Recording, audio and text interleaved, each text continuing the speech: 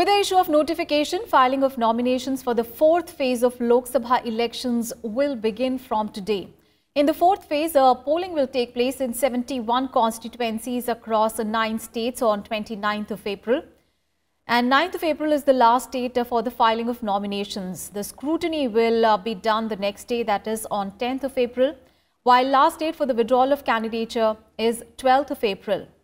Voting will be held in 17 seats in Maharashtra, 13 seats in Rajasthan and Uttar Pradesh, 6 seats each in Madhya Pradesh and Odisha, 5 seats each in West Bengal and Bihar, 3 in Jharkhand and 1 seat in Jammu and Kashmir. And the prominent faces in this phase are Samajwadi Party candidate Dimple Yadav, former Union Minister Shri Prakash Jaiswal from Kanpur, from West Bengal's Asansol seat, TMC candidate Munmun Sen to contest against BJP's Babul Supriyo, while BJP's Giriraj Singh will be contesting from Bihar's Begusarai. Remember, the elections will start from 11th of April and continue till 19th of May in 7 phases, and the counting of votes will be held on 23rd of May. Meanwhile, in Odisha as well, fourth and final phase nominations will begin for 42 assembly segments, and the polling will take place on 29th of April.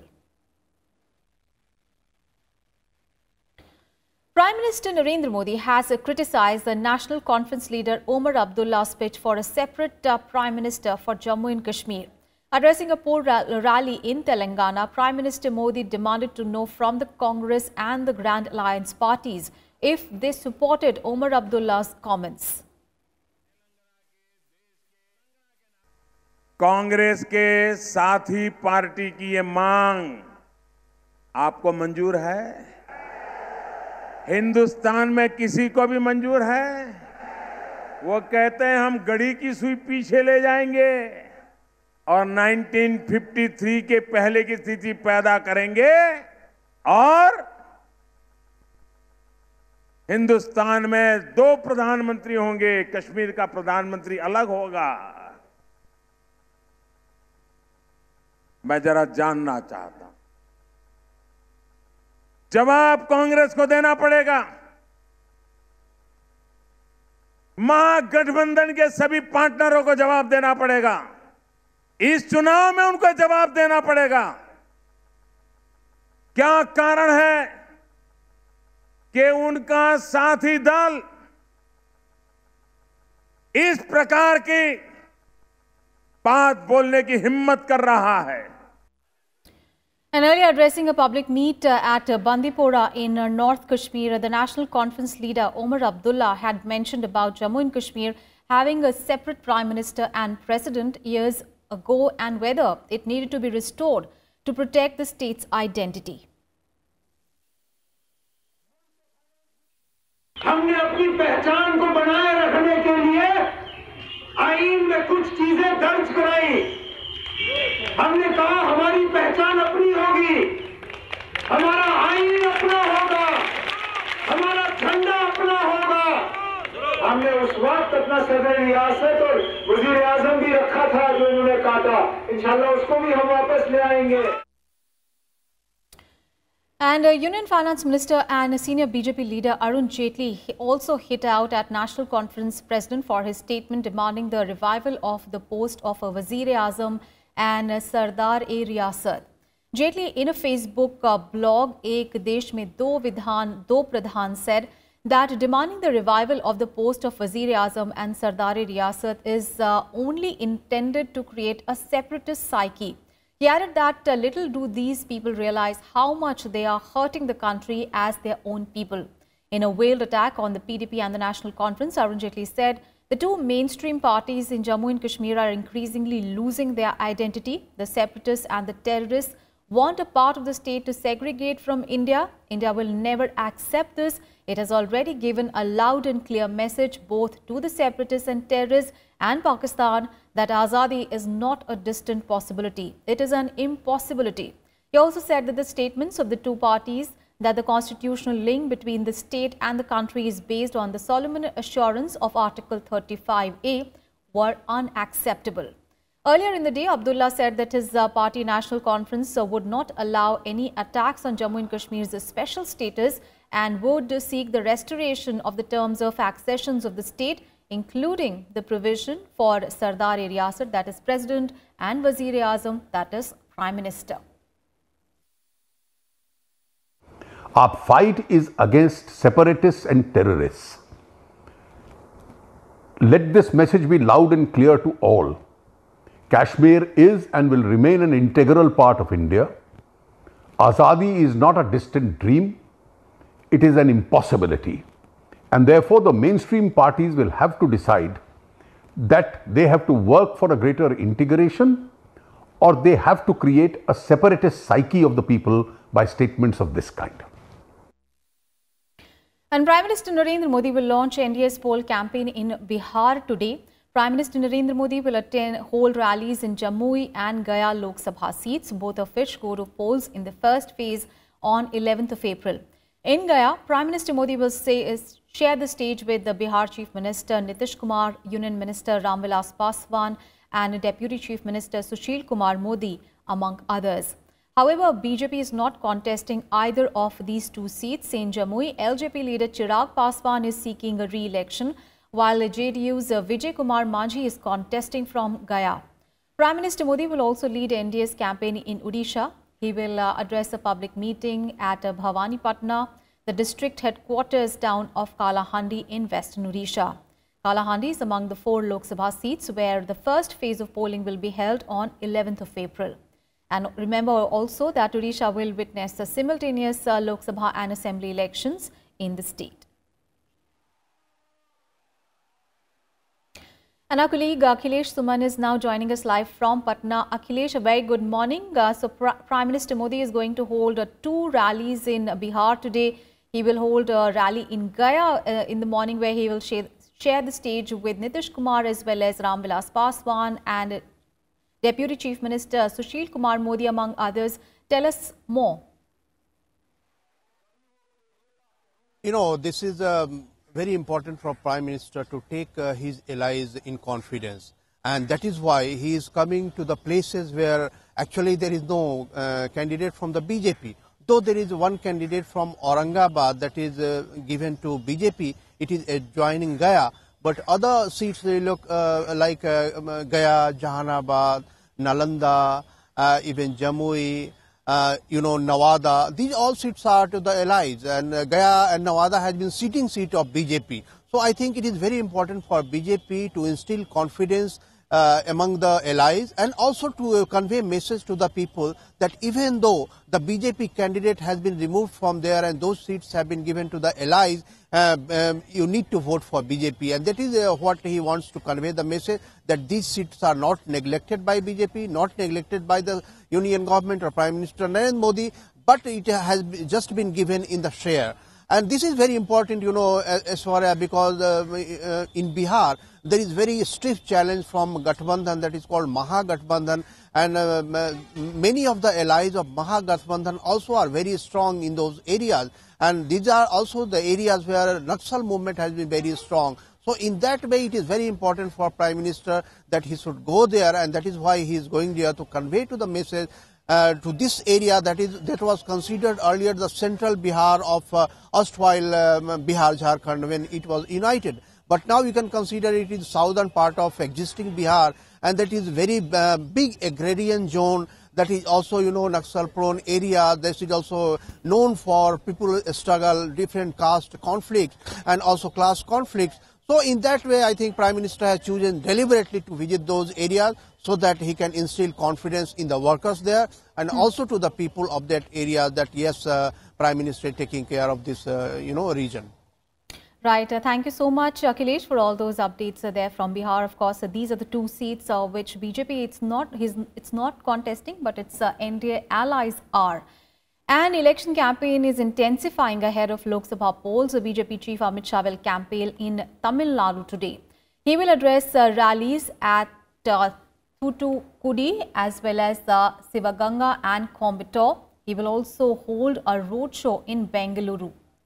Meanwhile, Bahujan Samaj Party Chief Mayawati will also kick off her party's campaign in Odisha today. Now, she is slated to address a public meeting in Bhubaneswar.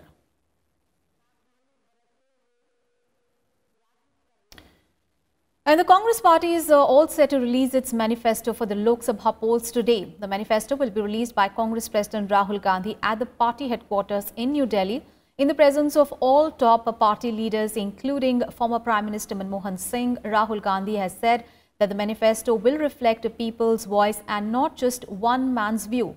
He also said that the manifesto will lay major thrust on job creation, addressing farm distress and strengthening the education and health sectors. The Congress manifesto will also chart a roadmap to boost economic growth.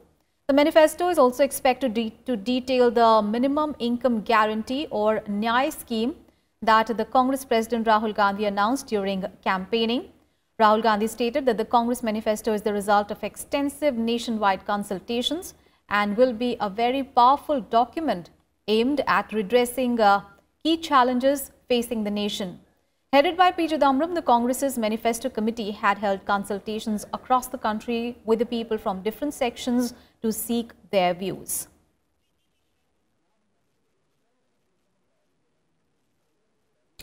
And our colleague Kriti Mishra is now joining us live from outside the Congress's headquarters. A very good morning, Kriti.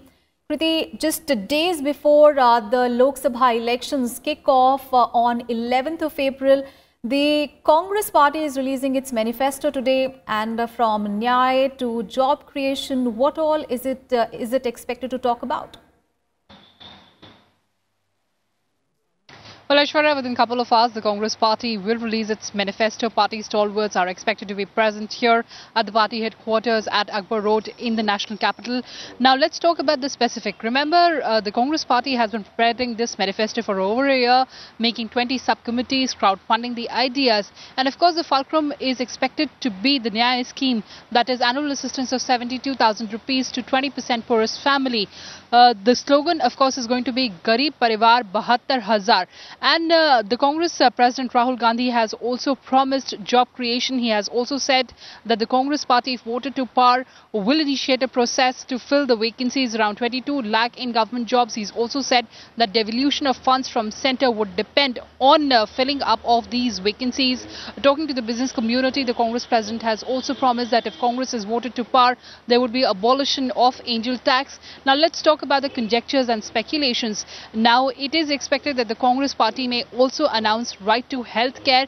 The Congress party may also announce farm loan waiver up to 2 lakh rupees. There's also martial status for paramilitary forces killed in action, and also other things like stringent law to curb fake news and paid news, and also a strict law to deal with defections. So, of course, these things are expected now. But the moot point here, Aishwarya, is that the Congress party can make plethora of promises, but the question remains, what would be the roadmap ahead to fulfill these promises? What is the fiscal path that the Congress party is going to tread on? And most importantly, can the Congress party veer the situation around in its favor? Because remember, after the Balakot strike, it is the national integrity, the national interest that is reigning supreme. So it all remains to be seen what all the Congress party has to offer, and can that veer the discourse in the country right now in the Congress's favor. That, of course, has to be seen. Over to you, Aishwarya.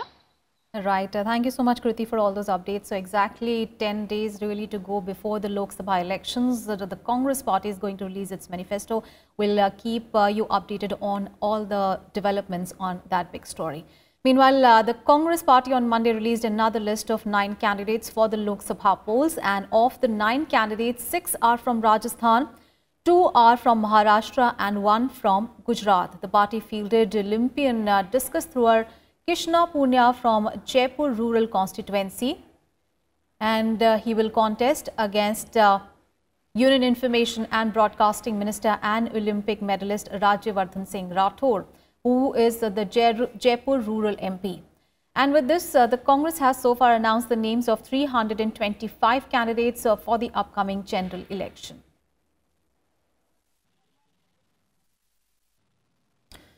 Prime Minister Narendra Modi on Monday addressed a rally in Rajamundry city of Andhra Pradesh. Addressing the gathering, Prime Minister Modi said that his government had not increased taxes in the last 5 years, but that has not slackened the pace of development. He also listed out the various projects in Andhra Pradesh. The Prime Minister also accused Andhra Pradesh Chief Minister N. Chandrababu Naidu of indulging in corruption in various projects. आपका ये चौकीदार आंध्र और देश के हर युवा सामान्य से सामान्य व्यक्ति को आगे बढ़ाने के लिए हर प्रकार के अवसर देने में जुटा हुआ है। पहली बार सामान्य वर्ग के गरीबों को 10% का आरक्षण हमारे ही सरकार ने दिया है। इससे राजसमंद के आंध्र प्रदेश के सामान्य वर्ग के गरीब परिवारों को लाभ तय हुआ है। आरक्षण का ये लाभ किसी और का आरक्षण छीने बिना, समाज में कोई तनाव पैदा किए बिना, जाति को जाति से लड़ाए बिना, सबको साथ रख करके इतना बड़ा फैसला हमारी सरकार ने किया है। Prime Minister Modi also held a public meeting at Secunderabad in Telangana. Addressing the gathering, the Prime Minister asked the people to cast their votes wisely. He also targeted opposition parties, saying that they want a majboor government. We want to make a mazboot government for a mazboot country.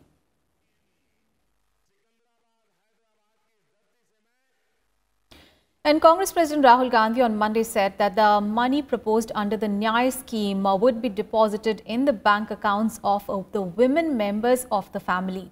Addressing a rally in poll-bound Telangana, Rahul Gandhi said that the scheme would jumpstart India's economy and empower the country's women. Rahul Gandhi also promised improved health care for the poor by increasing health expenditure to about 3% of the GDP and increasing the number of healthcare professionals. He also promised to raise the education budget to 6% of the GDP if his party was elected to power.